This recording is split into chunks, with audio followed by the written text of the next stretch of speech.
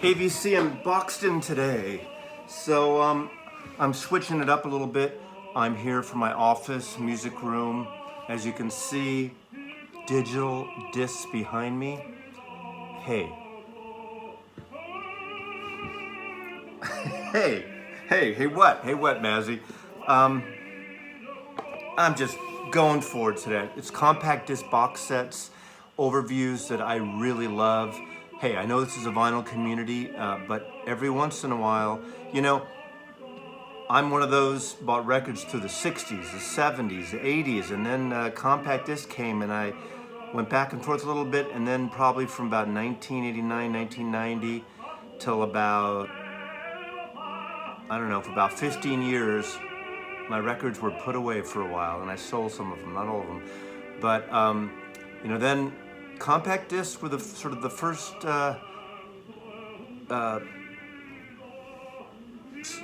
box, the first box set type of.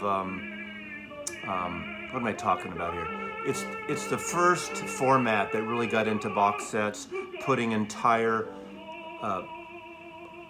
catalogs and archives of artists together, outtakes, things like that. Really, Eric Clapton's box set, and then Robert Johnson were the first that really captured the CD buying public and sold quite a bit. So I'm going to show you some of these that I really like, because I'm not snooty at just records, but sometimes box sets are better for outtakes and alternative things. I'm not going to show jazz today, no full Beatles stuff. But just some I like, and maybe I'll do more of these if they catch on. In the background, by the way, soundtrack, opera, Woody Allen's Match Point soundtrack. Great movie, great soundtrack, all opera. Just seems, I don't know why I'm doing opera, because I'm not going to show really any classical box sets.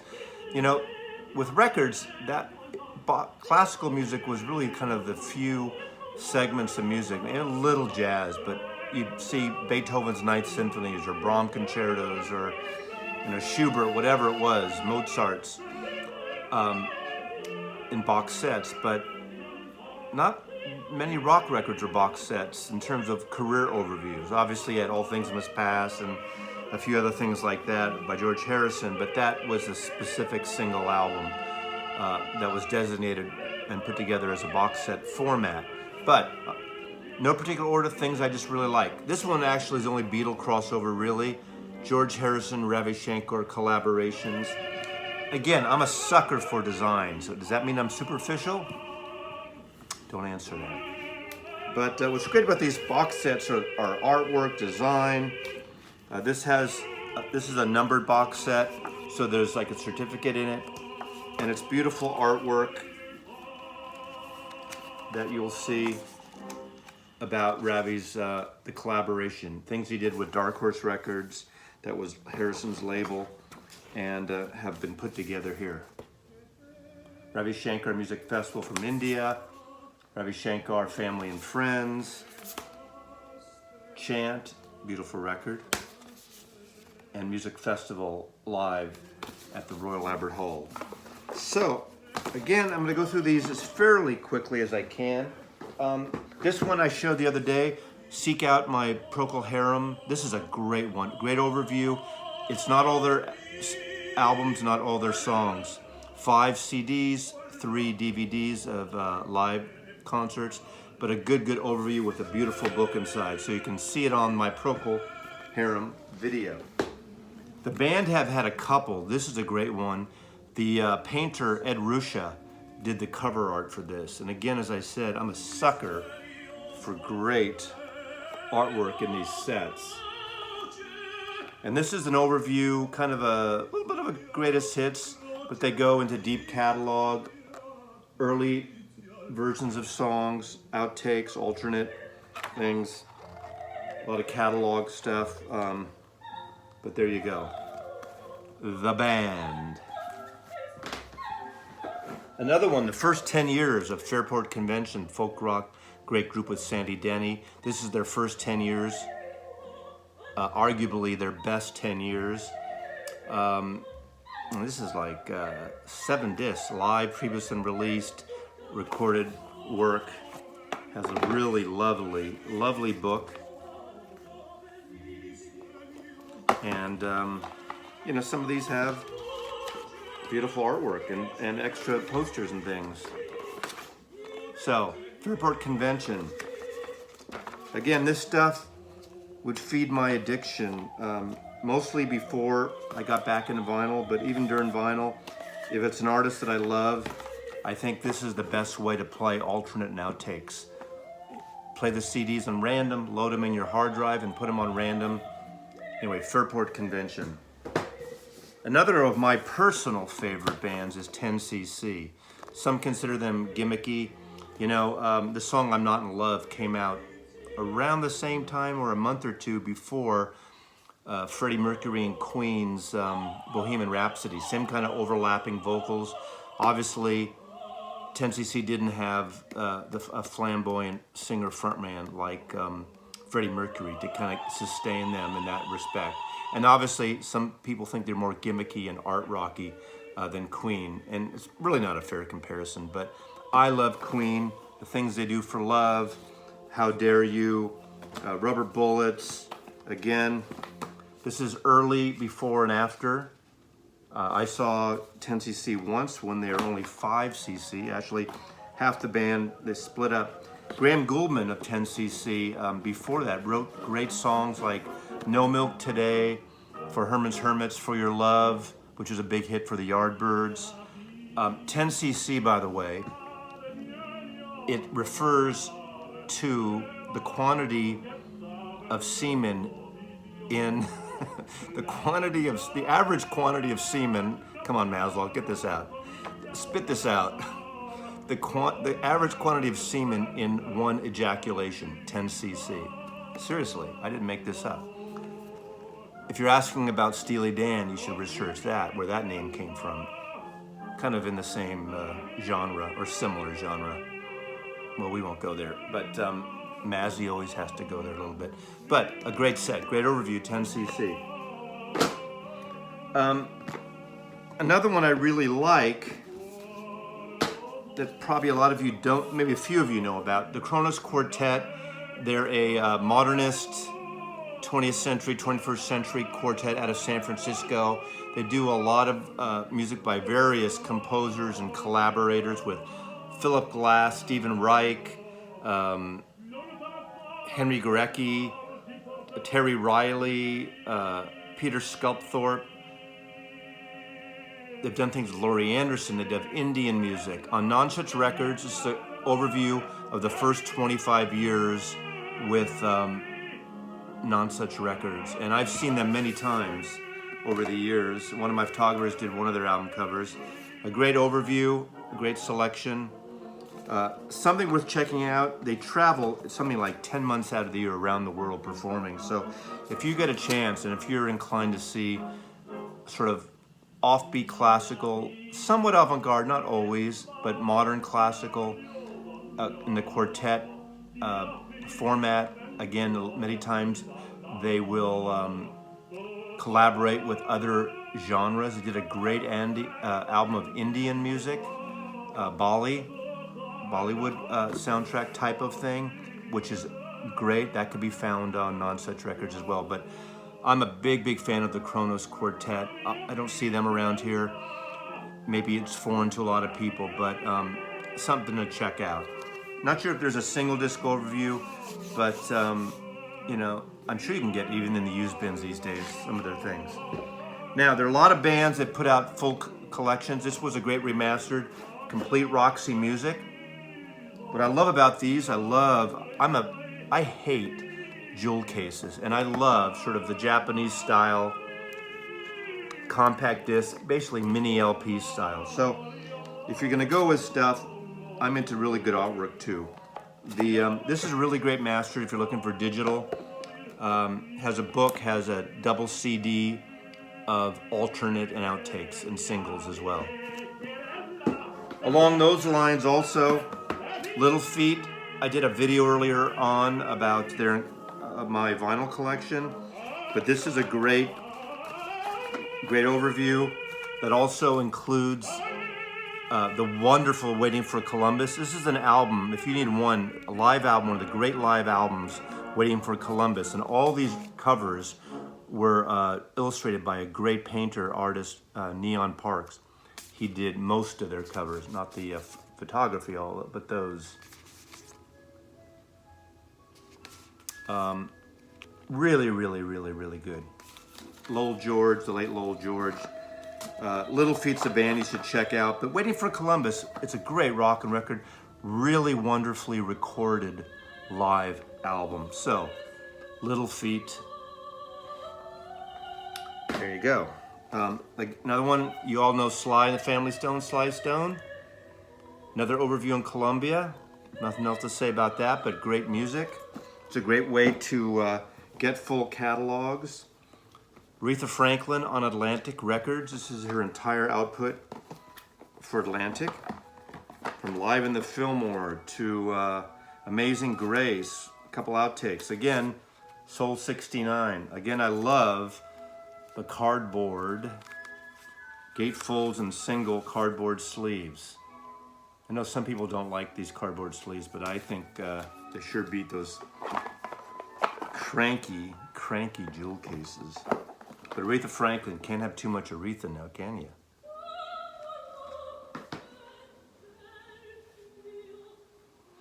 Well, another artist, I mean, you can go crazy.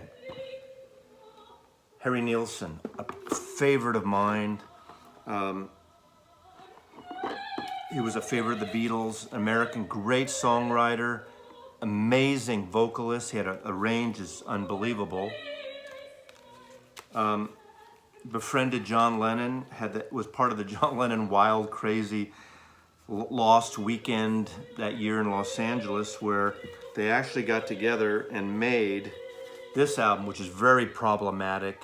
His voice was almost shot. Many Rivers to Cross is on this. Their cover of Many Rivers to Cross, the Jimmy Cliff song, is pretty out there.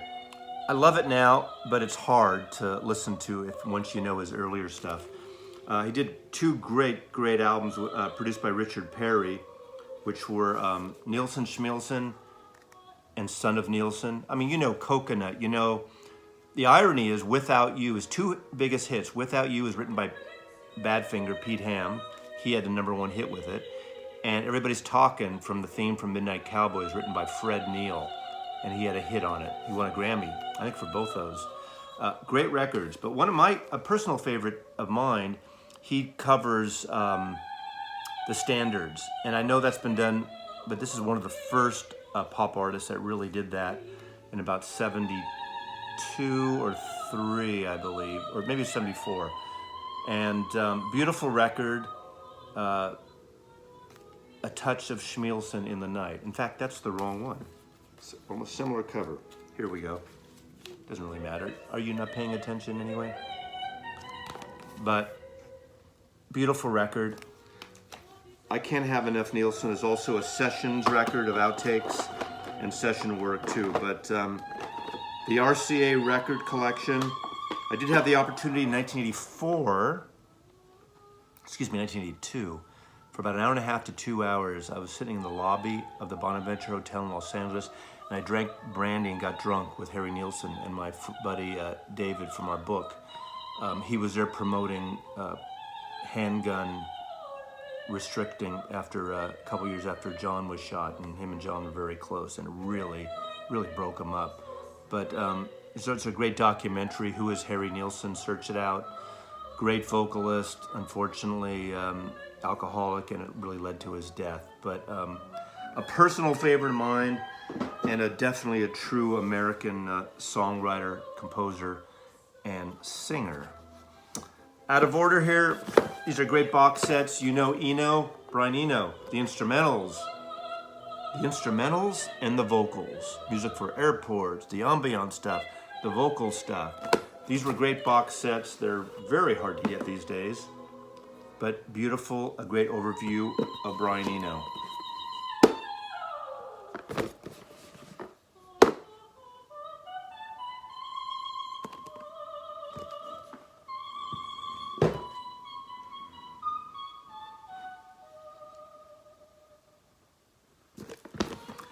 since we're on the classical format, Wendy Carlos started out as Walter Carlos. You know her because of Switched on Bach, Switched on Bach 2, the soundtrack to Clockwork Orange, and beyond. I bought this record when it came out, and it's called Wendy Carlos Switched on Box Set. Beautiful box set. I think this is really rare now, hard to get. But it has Switched on Bach, the Well-Tempered Synthesizer, Switched on Bach 2, Switched on Brandenburg, and those are the Brandenburg concertos.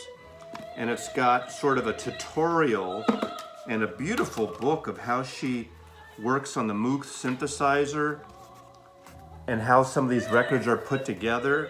I mean, it's archival box set in the best sense of the word. And, you know, a lot of folks my age really got into classical records because the soundtrack of Help by the Beatles with Prelude to Wagner, Act 3 of Wagner, Beethoven's Ninth Symphony, where Ringo sings to the tiger. If you've seen that, you know about that. Things like Stanley Kubrick's 2001, Clockwork Orange, all these soundtracks, but 1968, I believe, was Switched on Bach, and that came out of nowhere. That was almost like one of the best rock and roll records of that year, even though it wasn't a rock and roll record, but everybody I know had Switched on Bach. And this collection is stunning. I know I use the word stunning a lot, but it's stunning. So,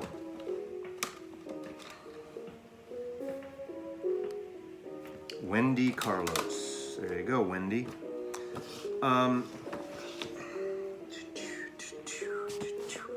Big Star. Psychedelic stuff. 4 discs, including a live Memphis Music Room collection. You all know Big Star. If you don't, you should. But this is a beautiful overview. The group that should have made it but never made it until it was too late.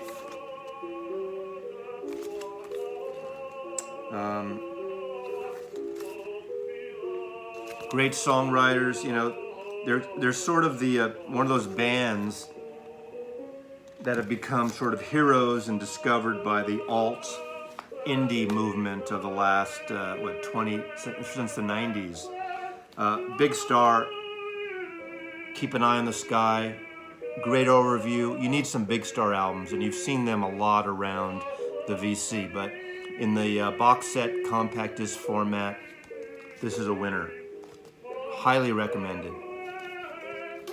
I wouldn't show this stuff if it wasn't recommended. Okay, the Kinks anthology. I need to do a whole Kinks thing because they're my second favorite band, or third, I can't remember. Beatles, Kinks, and Byrds. I've already done a lot of Beatles. I've done the Byrds thing. Hello, Mazzy. It's all that opera. This is a great overview of their music on, just a great overview. It's not complete, it's not every recording. 5 discs, including alternative versions. Andrew includes a 45 of You Really Got Me, recorded live at Twickenham for the BBC, and Milk Cow Blues. Andrew Sandoval, the great archivist, does a lot of stuff for Rhino over the years, put this together. And for you Kinks fan, you probably know last year was the great Village Green Preservation Society 50th box. There is coming in a few months an Arthur box. And Arthur is probably my favorite Kinks album. So that's coming next. But again, Kinks overview, Kinks anthology. Just a really wonderful set.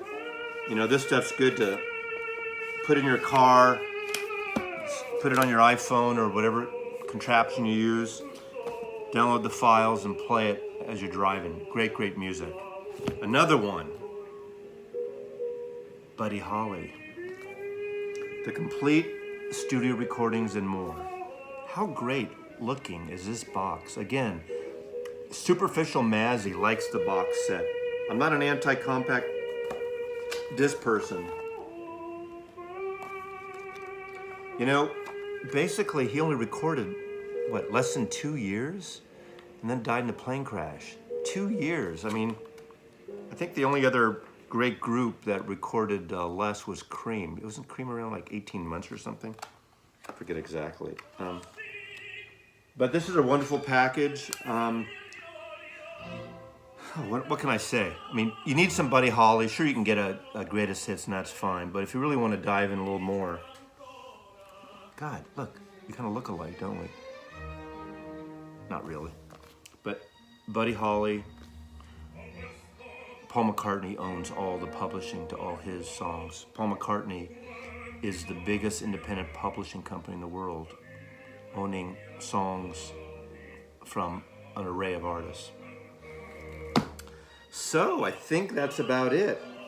That's Mazzy's kind of overview of some of the box sets. I have tons others, and depending on the response I get, maybe at some point I'll go into more jazz. I'll go into some of the other ones, because it gets maybe I'll do it. I did do a jazz one once, I think, a little bit. But anyway, enjoy the music. Mazzy loves you.